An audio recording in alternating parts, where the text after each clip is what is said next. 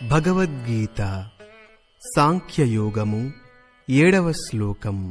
కార్పణ్య దోషోపహత స్వభావః పృచ్ఛామి త్వాం ధర్మ సమ్మూఢచేతాః యచ్ఛ్రేయస్యాన్నిశ్చితం బ్రూహి తన్మే శిష్యస్తేహం సాధిమాన్ త్వాం ప్రపన్నం. అర్జునుడు శ్రీకృష్ణుడితో పలికెను, కార్పణ్య దోషము వలన నా స్వభావమును కోల్పోయినాను.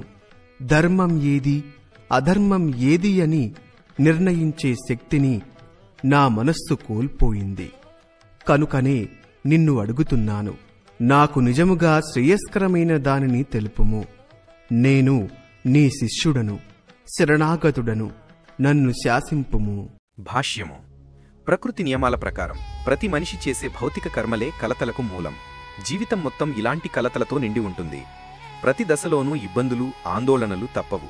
అందుకే జీవితంలో శాంతి, స్థిరత్వం పొందాలంటే ఒక ఆధ్యాత్మిక గురువు అవసరం. వేదాలు చెబుతున్నాయి, మనం కోరుకోకపోయినా కలతలు వస్తూనే ఉంటాయి. అది దావాగ్ని లాంటిది. ఎవరూ కోరుకోరు కాని తానే రగులుతుంది. అలాంటి సమస్యల నుంచి బయటపడటానికి గురువుని ఆశ్రయించడం తప్ప మరో మార్గం లేదు. ఆధ్యాత్మిక గురువు మాత్రమే మనకు జ్ఞానం, దిశ చూపగలడు. గురువు మార్గదర్శకత్వం పొందిన వారే జీవితం అర్థం చేసుకోగలరు. భౌతిక సమస్యలతో ఇరుక్కుపోకుండా ఆధ్యాత్మిక చైతన్యం వైపు అడుగువేయాలి. ఇదే ఈ శ్లోకపు ముఖ్య సారం. బృహదారణ్యక ఉపనిషత్తు చెప్పింది, యో వా ఏతదక్షరం గార్గి అవిదిత్వా స్మాలోకాత్ ప్రతిస కృపణః. అంటే జీవిత రహస్యం గ్రహించకుండా, ఆత్మజ్ఞానం లేకుండా ఈ ప్రపంచాన్ని విడిచిపోతే అతడు కృపణుడు, అంటే లోకి. మనిషి జన్మం అమూల్యం. ఇది జీవిత సమస్యలను పరిష్కరించడానికి ఒక అవకాశం. ఈ అవకాశాన్ని వృధా చేసేవాడు కృపణుడు. ఈ అవగాహన కలవాడు బ్రాహ్మణుడు, అంటే వివేకవంతుడు. అతడే ఈ మానవ జన్మను సద్వినియోగం చేసుకుంటాడు. కృపణుడు మాత్రం భౌతిక మమకారాల్లో చిక్కుకుపోతాడు. కుటుంబం, బంధువులు, సమాజం కోసం కాలం వృధా చేస్తాడు. తాను లేదా తన కుటుంబం మరణం నుంచి తప్పించుకుంటారనే తప్పుడు నమ్మకం కలిగి ఉంటాడు. ఇది జంతువుల మాదిరి మమకారం మాత్రమే. అర్జునుడు మాత్రం వివేకవంతుడు. తన కుటుంబంపై ప్రేమ, వారిని రక్షించాలనే ఆందోళనే తన కలతలకు కారణమని తెలుసుకున్నాడు. యుద్ధం చేయడం తన క్షత్రియ ధర్మమని తెలిసినా హృదయ దౌర్బల్యం వలన ఆచరించలేకపోయాడు. అందుకే అతడు శ్రీకృష్ణుని శరణు పొందాడు. నేను నీ శిష్యుడిని, నన్ను మార్గనిర్దేశం చెయ్యి అని ప్రార్థించాడు. ఇక్కడి నుండే గురు శిష్య సంబంధం మొదలైంది. భగవద్గీతలో శ్రీకృష్ణుడు ఆదిగురువు, అర్జునుడు మొదటి శిష్యుడు. కానీ కొంతమంది భౌతిక విద్యావంతులు కృష్ణుడు వ్యక్తి మాత్రమే, ఆయనలోని అంతరాత్మనే శరణు పొందాలి అంటారు. ఇది అవగాహన లేని వ్యాఖ్యానం. కృష్ణుని అంతరంగం, బాహ్య రూపం వేరు కాదు. కృష్ణుడే సర్వాంతర్యామి. ఆయనను పూర్తిగా అవగాహన చేయగలిగిన వారే గీత తాత్పర్యాన్ని గ్రహిస్తారు. ఇలా ఈ శ్లోకం మనకు ఒక స్పష్టమైన మార్గాన్ని చూపుతుంది. జీవిత కలతల మధ్యలోనూ గురువు ఆశ్రయం పొందిన వారే నిజమైన జ్ఞానులు. భగవద్గీత సాంఖ్యయోగము 8వ శ్లోకం. నహి ప్రపశ్యామి మమాపనుద్యాత్ యచ్చోకముచ్చోషణమింద్రియాణాం అవాస్య భూమా వసపత్నమృద్ధం రాజ్యం సురాణామపి చాధిపత్యం. అర్జునుడు శ్రీకృష్ణుడితో పలికెను, ఈ శోకము నా ఇంద్రియములను దహించివేయుచున్నది.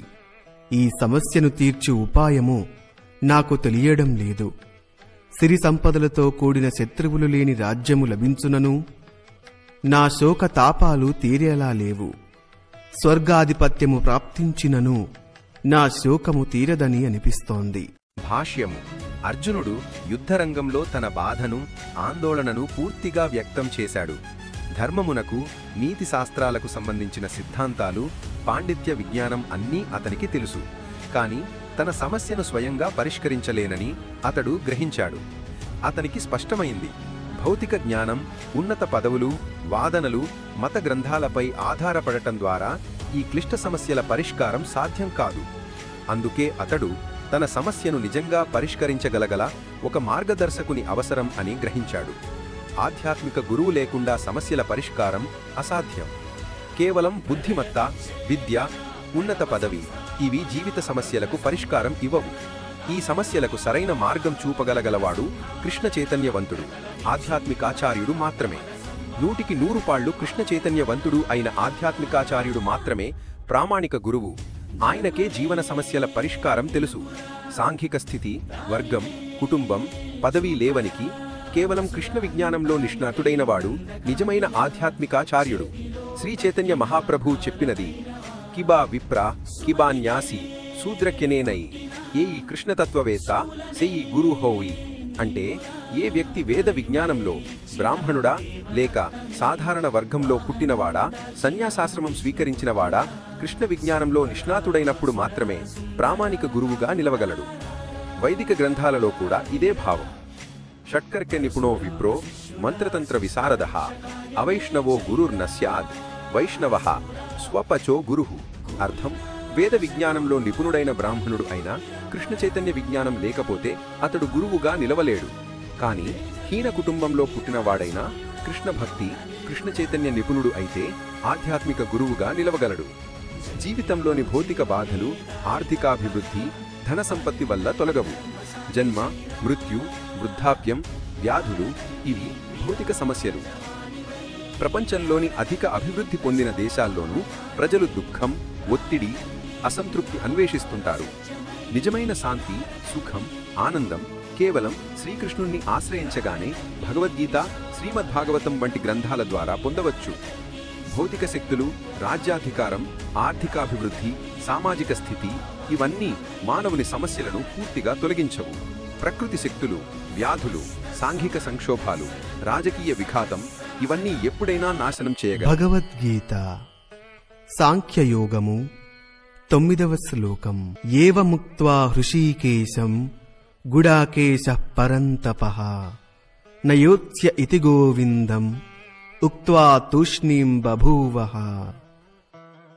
సంజయుడు ధృతరాష్ట్రుడితో పలికెను, ఓ ధృతరాష్ట్ర మహారాజా, శత్రువులను తపింపచేసే నిద్రను జయించినటువంటి అర్జునుడు హృషీకేశుడైన గోవిందునితో నేను యుద్ధం చెయ్యలేనని చెప్పి మౌనము వహించెను. అర్జునుడు యుద్ధం చేయకుండా యుద్ధరంగాన్ని వదిలి భిక్షాటన, శరణాగతి చేయబోతున్నాడని తెలుసుకున్న ధృతరాష్ట్రుడు తక్షణమే సంతోషానికి మునిగిపోతాడు. నా కుమారుడు మరియు సైనికుడు యుద్ధం చేయకుండా పోతున్నాడని చూడటం చాలా బాగుంది అని అనుకోవచ్చు. కాని సంజయుడు అర్జునుని అసలు స్వభావాన్ని వివరించెను. అర్జునుడు పరంతపుడు, శత్రువులను సమర్థవంతంగా సంహరించగలడు అని, అతను తాత్కాలిక అజ్ఞానానికి కారణమై శోకములో ఉన్నాడని చెప్పి ధృతరాష్ట్రుని ఆ సంతోషాన్ని నిరాశగా మార్చాడు. అర్జునుడి శోకానికి కారణం బంధుప్రీతి. కుటుంబ సభ్యులు, సన్నిహితులు, మిత్రుల భారం అతనికి భయానకంగా అనిపిస్తుంది. ఈ తాత్కాలిక శోకం కారణంగా అర్జునుడు తన ఆత్మజ్ఞానం, సత్య విజ్ఞానం లేకుండా అజ్ఞాన పరిస్థితిలో మునిగిపోతాడు. ఇలాంటి పరిస్థితిలో అర్జునుడు పరిష్కారం కోసం పరమాచార్యుడు శ్రీకృష్ణుని ఆశ్రయించడానికి శరణు పొందుతాడు. కుటుంబ బంధాలు, సంబంధిత ప్రేమ, శోకం ఇవన్నీ అతన్ని క్షణకాలంలో అజ్ఞానములో మునిగించాయి. కాని కృష్ణుని ద్వారా అతను ఆత్మానుభూతి మరియు పరిపూర్ణ జ్ఞానం పొందుతాడు.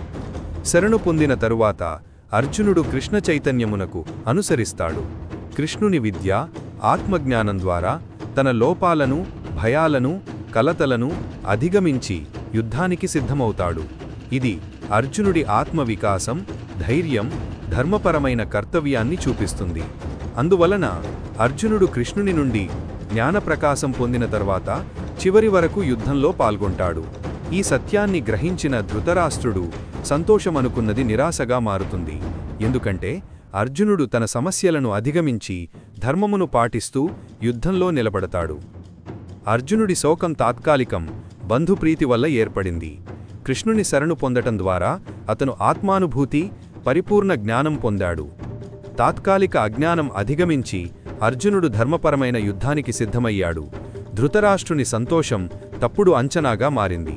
ఎందుకంటే అర్జునుడు చివరి వరకు యుద్ధానికి నిలబడతాడు. భగవద్గీత సాంఖ్యయోగము 10వ శ్లోకం. తమువాచ హృషీకేశః ప్రహసన్నివ భారత సేనయోరుభయోర్మధ్యే విషీదంతమిదం వచః. సంజయుడు ధృతరాష్ట్రుడితో పలికెను, ఓ ధృతరాష్ట్ర మహారాజా, ఇరుసేనల మధ్య శోకితుడైన అర్జునుణ్ణి చూసి హృషీకేశుడు చిరునవ్వుతో ఇట్లు పలికెను. భాష్యము. హృషీకేశుడు మరియు గుడాకేశుడు అనే ఇరువురు సన్నిహిత మిత్రుల మధ్య సంభాషణ జరుగుతుంది. వారిలో ఇద్దరు మిత్రులుగా సమాన స్థితిలో ఉన్నారు. అయితే సంభాషణలో ఒక సందర్భంలో ఒకరు స్వచ్ఛందంగా మరొకరికి శిష్యునిగా మారాడు. ఈ సందర్భాన్ని చూసి శ్రీకృష్ణుడు నవ్వుతాడు. ఎందుకంటే తన శిష్యుడు వాలంటరీగా తాను కోరిన విధంగా ఆయనను గౌరవంగా గురువుగా అంగీకరించాడు. అయితే భక్తుడు శిష్యునిగా మారినా తను మిత్రుడిగా, స్నేహితుడుగా లేదా ప్రియుడిగా కూడా సంబంధాన్ని కొనసాగించవచ్చు. శ్రీకృష్ణుడు ఈ స్వేచ్ఛను అంగీకరిస్తాడు. కాబట్టి భక్తుడు తనను గురువుగా అంగీకరించినప్పుడు కృష్ణుడు ఆ స్థానాన్ని స్వీకరించి శిష్యునితో తగిన గంభీరత, సద్గుణం, జ్ఞానంతో సంభాషణ చేస్తాడు. ఈ సంభాషణ ప్రత్యేక వ్యక్తికి మాత్రమే కాకుండా సమాజానికి, జాతికి, మానవులందరికీ లాభదాయకం అవుతుంది. అందుకే భగవద్గీత బోధనలు ఏకైక వ్యక్తి లేదా వర్గానికి పరిమితం కాకుండా అన్ని మనుషుల కోసం, అన్ని సమయాల్లో సర్వత్రా లబ్ధవంతముగా ఉంటాయి. శ్రీకృష్ణుడు శిష్యుని స్వేచ్ఛను గౌరవిస్తాడు. గురువుగారిగా భక్తునితో సమాధానపూర్వకంగా, గంభీరంగా సంభాషిస్తాడు. భగవద్గీత బోధనలు ఒక వ్యక్తి, జాతి, సమూహం కోసం పరిమితం కాదు. ప్రతి మానవుడు, శత్రు, మిత్రుడు సమానంగా ఈ బోధనలను అర్థం చేసుకోవచ్చు.